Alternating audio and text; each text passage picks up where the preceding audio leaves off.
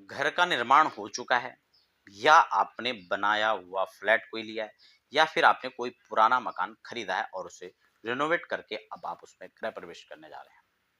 मन में कई कई प्रकार की शंकाएं हैं, कई प्रकार की आशंकाएं हैं। हमारा द्वार सही है नहीं है, या फिर हमारी दिशा सही है घर की या नहीं है, या फिर इसमें किस प्रकार की वास्तु दोष हैं, टॉयलेट बाथरूम गलत बने हुए हैं, या फिर और सीढ़ियां सही रूप में नहीं है, किचन सही जगह नहीं है, आपका मंदिर सही नहीं है।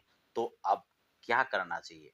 तोड़ने का ऑप्शन हमारे पास बचता है, लोग तोड़वाते हैं, लेकिन क्या तोड़ना ही समाधान है? नहीं। वास्तु का मतलब कोई तोड़ना नहीं होता है, वास्तु का मतलब वास्तु समाधान है, और समस्याएं हैं तो समाधान भी है। हमारे यहाँ हमेशा से वैदिक परंपराओं में वैदिक उपायों को ही श्रेष्ठतम बताया गया है।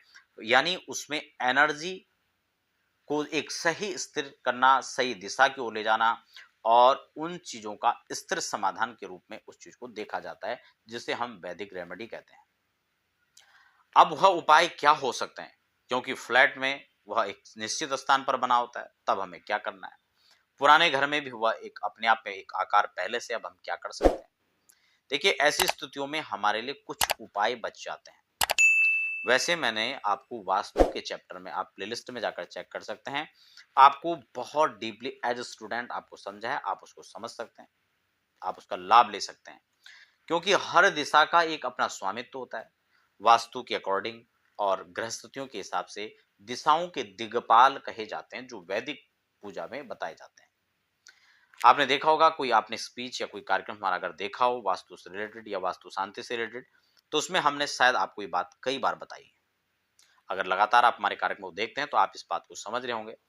क्योंकि दिशाओं की अधिपति के हिसाब से ही वहां उस चीज का स्थान सुनिश्चित किया जाता है।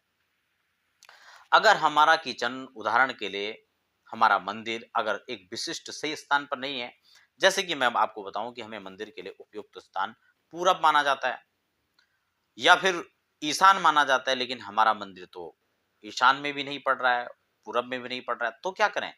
तो हम उत्तर की दिशा, क्योंकि अस्तुत्तरश्याम दिशि देवतात्मा, वह देवताओं की आत्मा मानी जाती है भाई, इसलिए वह स्थान भी हमारे लिए उपयुक्त हो सकता है। अगर यहाँ भी नहीं है तो फिर हम कहाँ करें? तो सेकंड बेस्ट के रूप में हम ऐसे कुछ स्थानों को चिन्हित कर सकते हैं। इसी प्रकार से आपका किचन है, सीढ़ियां हैं, इन सब बातों को भी देखा जा सकता है। अब आप समझ गए होंगे कि मैं आपको दिशाओं के अनुसार ये सब बातें कैसे बताने जा रहा था। लेकिन अगर फिर भी अनुकूल नहीं बैठते हैं, तब हमें क्या करना चाहिए? देखिए, वास्तु की अनुकूलता के लिए, वास्तु की प्रसन्नता के लिए, वास्तु कौन है? वो भगवान शिव के अंश है, आपको मालूम है पहले से। अब हमें भगवान वास्तु का एक विशिष्ट वैदिक पद्धति से उनका अर्चन करना चाहिए, उनका पूजन करना चाहिए, वास्तु शांति करनी चाहिए। क्योंकि उस घर में भूमि पूजन विधि विधान से हुआ नहीं हुआ आपको पता नहीं है। इसकी चौखट समय पर रखी गई है या नहीं रखी गई आपको नहीं पता। इसकी छत ढलाई का जो मुहूर्त था वो उस पे हुआ है या नहीं हुआ वो भी आपको नहीं पता, क्योंकि आपने उस मकान को बनाया नहीं है। तब ऐसी स्थिति में आप क्या करें? ऐसे फ्लैट में आप क्या करें? वहां पर आप वैदिक पद्धति से वास्तु शांति करवा सकते हैं। नवग्रह शांति, पितृ शांति आदि के साथ जब आप वो कार्यक्रम करते हैं, वहाँ की एनर्जी को आप बढ़ाते हैं, तो वह नकारात्मक ऊर्जाओं को वहाँ से निकाल करके एक सकारात्मक प्रभाव को वहाँ पर सुचारू रूप से व्यवस्थित करता है। तब वह मकान आपके लिए शुभ नहीं, विशिष्ट शुभ हो जाता है। तो यह वैदिक रेमेडियां, यह वैदिक समाधान है। किसी चीज को तोड़ना फोड़ना हमारे सनातन पद्धति का हिस्सा नहीं हो सकता है। हमारे यहाँ जोड़ने की परंपरा है, ना कि तोड़ने की।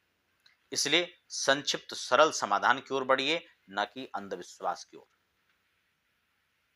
किसी चीज को लटकाने मात्र से दोष समाप्त नहीं होता है। वहां पर एक इस प्रकार की जो ऊर्जाएं हैं, जो सकारात्मक ऊर्जा है, उसका प्रभाव वहां पर करना है। उस प्रकार की ऊर्जा को वहां पर स्थापित करना है। उस प्रकार के वातावरण को वहां पर बनाना है जिससे कि वास्तु का दोष खत्म होता है।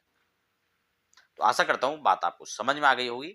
इसलिए अपने घर को तोड़े फोड़े नहीं, जो बना रखा है उसको जोड़ कर रखें, उसको संजो कर रखें, और उसके लिए कुछ अन्यत्र अन्य उपायों को आप विचार करें। तो बने रहें, फिलहाल हमें दीजिए इजाजत।